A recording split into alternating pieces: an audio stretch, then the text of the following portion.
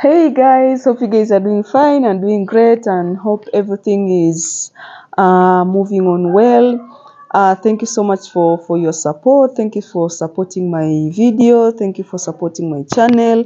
You guys mean a lot, but I continually asking for your support because your support means a lot to me. So we have started on the topic of baby-led winning, and today it's just a continuation.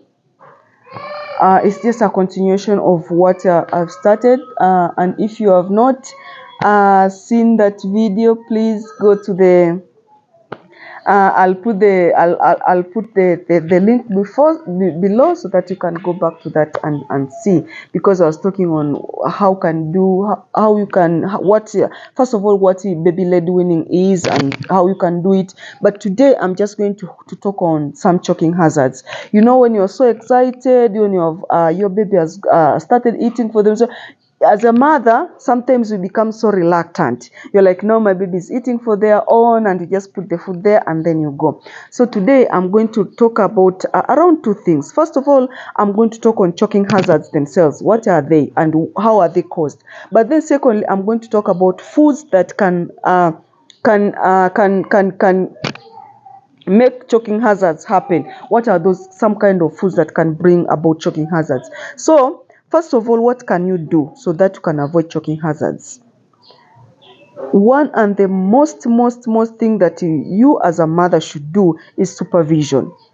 Don't assume that your baby has grown up, your baby can eat for themselves, and then you just let them be. Just supervise. It's very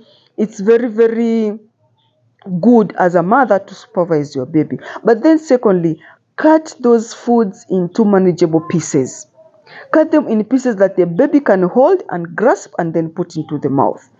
That one is so just cut it in very manageable sizes so that your baby can hold it and can put in the mouth, can chew it easily. It's easily chewable. But then also consider the posture of your baby. You know, we have these adjustable seats, so make sure that you have put your baby in a comfortable seat, you have adjusted it well, and you have spread food on the table for in those adjustable seats. Because once the baby is not seated properly, also the swallowing and the chewing can become a problem. So make sure that you have got a very comfortable seat for your baby, those adjustable seats for your baby. You have tightened, you have put your baby very well in their comfortable seats, and they are feeling safe.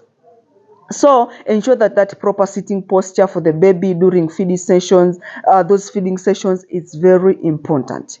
But then what are those foods that can bring about choking hazards? I'm going to talk about a few. There are things like these whole grapes. You know, the grapes, they can be so lovely, they can be so nice. But remember, this baby has only few teeth.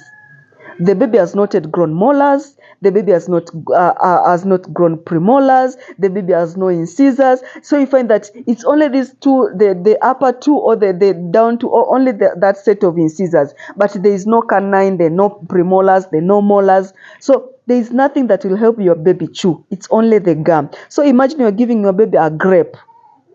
It can easily, because when the baby puts the grape in the mouth, when the baby chews and feels that it's not chewable, the baby can easily swallow. What happens? It blocks the windpipe. What happens? Choking hazards, and it can become very dangerous. But then the other thing that I want to talk about, the hot dogs. You know, hot dogs are like even if you cut them in rounds, it can be that roundable size, which can easily block the windpipe if it's swallowed without being chewed. So make sure that things like grapes, things like hot dogs, things like chips. You know, those chips, first of all, they can be sharp and they can be hard. So not every food, when your baby has started, not every food that it's suitable for your baby.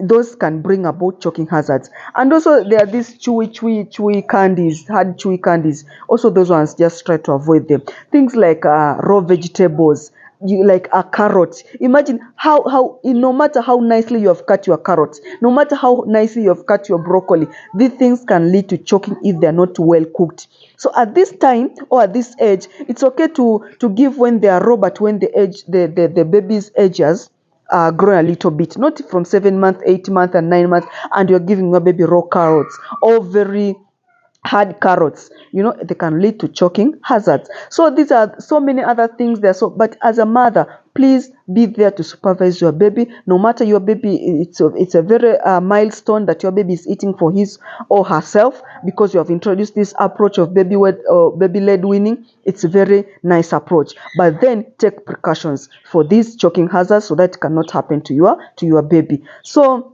there are so many others, but as a mother, you can just see if this food is soft enough, and this food can my baby eat.